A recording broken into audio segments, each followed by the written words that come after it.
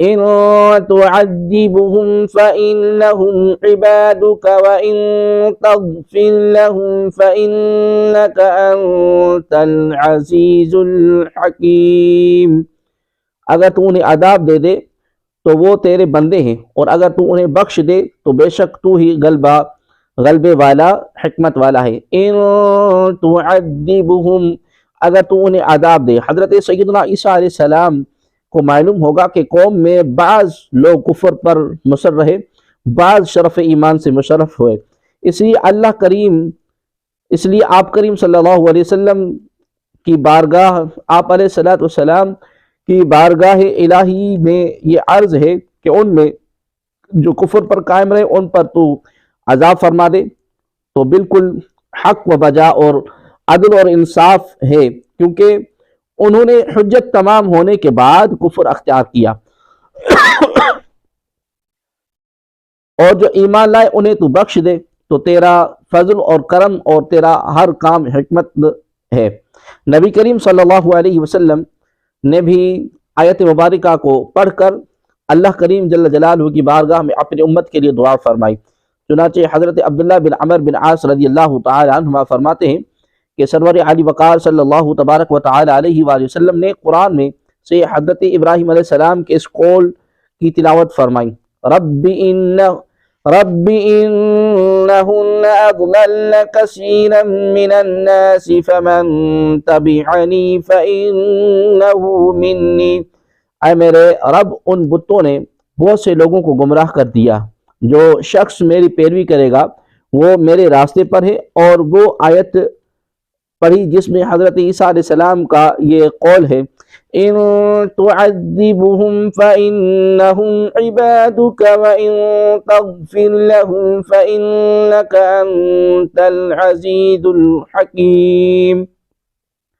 اے اللہ، اگر تو ان کو عذاب دے تو یہ تیرے بندے ہیں، اور اگر تو ان کو بخش دے تو غالب حکمت والا ہے۔ پھر نبی کریم صلی اللہ علیہ وسلم نے دست دعا بلند کر دیے اور روتے ہوئے عرض کرنے لگے، اے اللہ، میری امت۔ اللہ نے فرمایا، اے جبریل، محمد کریم صلی اللہ علیہ وسلم کے پاس جاؤ اور ان سے معلوم کرو، حالانکہ اللہ تبارک و تعالیٰ خوب جانتا ہے کہ ان پر اس قدر گریہ کیوں طاری ہے۔ نبی کریم صلی اللہ علیہ وآلہ وسلم کی خدمت میں حضرت جبریل علیہ السلام حاضر ہوئے اور آقا کریم صلی اللہ علیہ وسلم کی بارگاہ سے معلوم کر کے اللہ کریم کی بارگاہ میں جواب عرض کر دیا، حالانکہ اللہ تبارک و تعالیٰ خوب جانتا ہے۔ اللہ تبارک و تعالیٰ نے جبریل علیہ السلام سے فرمایا، اے جبریل، محمد کریم صلی اللہ علیہ وسلم کے پاس جاؤ اور ان سے کہو کہ آپ کی امت کی بخشش کے معاملے میں آپ کو راضی کر دیں گے اور آپ کو رنجیدہ نہیں کریں گے۔ اس حدیث سے چند باتیں معلوم ہوتی ہیں۔ نمبر 1، رسول کریم صلی اللہ علیہ وسلم اپنی امت پر کمال درجے کے شفیق اور مہربان تھے، اور امت کی بھلائی اور بہتری میں کوشاں رہتے تھے، اور آپ کریم صلی اللہ علیہ وسلم نے اپنی امت کے لیے کسی شرط اور قید کے بغیر بخشش کی دعا مانگی۔ نمبر 2، اس امت مرحوم کے لیے عظیم بشارت ہے کہ اللہ تبارک و تعالی اس امت کے بخشش کے معاملے میں اپنے حبیب کریم صلی اللہ علیہ وسلم کو راضی فرمائے گا۔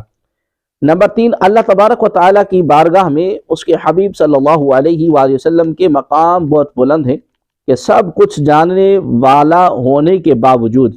حضرت جبریل علیہ السلام کو اللہ تبارک و تعالیٰ نے آپ کریم صلی اللہ علیہ وآلہ وسلم کی بارگاہ میں بھیجا